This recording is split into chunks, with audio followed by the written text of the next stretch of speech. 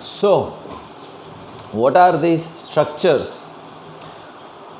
We find from this activity that the onion bulbs of different sizes have similar small structures visible under a microscope. The cells of the onion peel will all look like same regardless of the size of the onion they came from. तो onion की कोई भी size ले हम, उससे कोई फ़र्क नहीं पड़ेगा, लेकिन उसके अंदर जो स्ट्रक्चर्स होते हैं वो सब सिमिलर होते हैं. These small structures that we see are the basic building units of the onion bulb. These structures are called the cells. Not only onions but all organisms that we observe around us are made up of cells. However, there are also single cells that live on their own. अभी ऐसा नहीं है कि बहुत सारे sales होने चाहिए. हमारे आजू बाजू में ऐसे बहुत से ऑर्गेनिजम्स हैं जो सिर्फ सिंगल एक ही सेल से बने हुए होते हैं. This are known as unicellular organisms, right. और हम सब क्या हैं? Multi cellular organisms. कैसे? कि उसके अंदर सिर्फ एक ही सेल होगा, right. This is why it is known as uni यानी कि one, unicellular organisms. And multi cellular यानी कि हमारे जैसे प्लांट्स के जैसे, बर्ड्स के जैसे, उसके अंदर बहुत सारे सेल्स की ज़रूरत पड़ती है, right. So they are known as multi cellular organisms. Cells की थोड़ी ज़्यादा जानकारी लेते हैं. Cells were first discovered by Robert Hooke. So who first discovered the cells? Robert Hooke. In 1665. कब? 1665 में. He observed the cells in a cork slide with the help of a primitive microscope. Leeuwenhoek. 1674, with the improved microscope, discovered the free living cells in pond water for the first time. So free living पानी के अंदर जो कीटाणु उन्होंने देखे थे वो उन्होंने कब देखे थे? 1674 में. It was Robert Brown in 1831 who discovered the nucleus in the cell. पहले तो सिर्फ सेल दिखे थे उनको 1665 में. 1831 उसके 200-150 साल बाद उन्हें पता चला कि उस सेल के अंदर न्यूक्लियस भी होता है. Nucleus was discovered by Robert Brown. Nucleus in the cell. Purkinje in 1839 coined the term protoplasm for the fluid substance of the cell. और प्रोटोप्लाज्म जो मैंने बोला सेल के अंदर जो होता है, राइट, जो फ्लूइड होता है उनके अंदर, वो किसने डिस्कवर्ड किया था? It was discovered by Purkinje in 1839.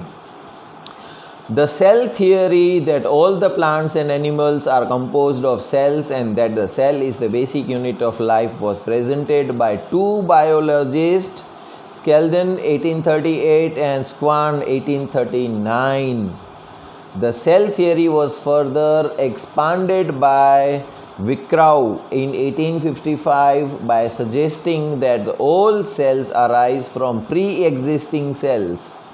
With the discovery of the electron microscope in 1940, it was possible to understand the complex structure of cells and its various organelles.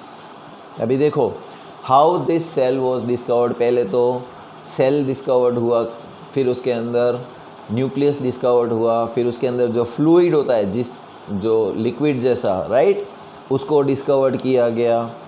फिर ये डिस्कवर्ड किया गया कि एक सेल में से ही दूसरा सेल बनता है. सी, हमारी बॉडी में रोज़ our body is made up of millions of cells and every day बहुत सारे सेल्स हमारे बॉडी में से डेड हो जाते हैं, राइट, और उसकी जगह नए सेल्स आ जाते हैं. सी फॉर एग्जांपल मैं आपको समझाता हूँ कि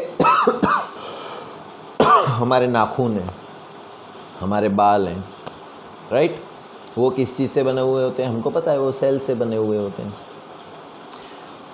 अब आप नाखून को काट डालते हो, राइट, बाल को भी कटा लेते हो, कभी कभी तो पूरा शेव कर लेते हैं, यहाँ पर भी शेविंग कर लेते हैं, बाल एक भी नहीं बचता है.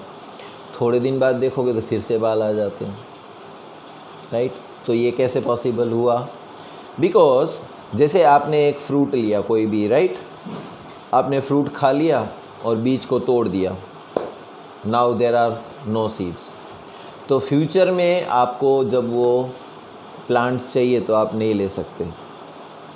तो जब भी कोई फ्रूट खाते हैं उसका सीड निकलता है, राइट, वो ज़मीन में जाता है तो उसमें से फिर हज़ारों फ्रूट्स निकलते हैं, हज़ारों एप्पल्स निकलते हैं। उन हज़ारों एप्पल्स में लाखों सीड्स निकलते हैं। उन लाखों सीड में से सिर्फ कोई एक या दो ही सीड ज़मीन में जाएगा तो अगेन उसमें से thousands of apples grow. So this goes, cycle goes on and on and on, right. तो एक सेल में से ही दूसरे सेल बनते हैं। तो जैसे ही हमने नाखून काट दिया, मंडे को टीचर ने देखा शो योर नेल्स, किसी के बड़े थे तो टीचर ने काट दिया।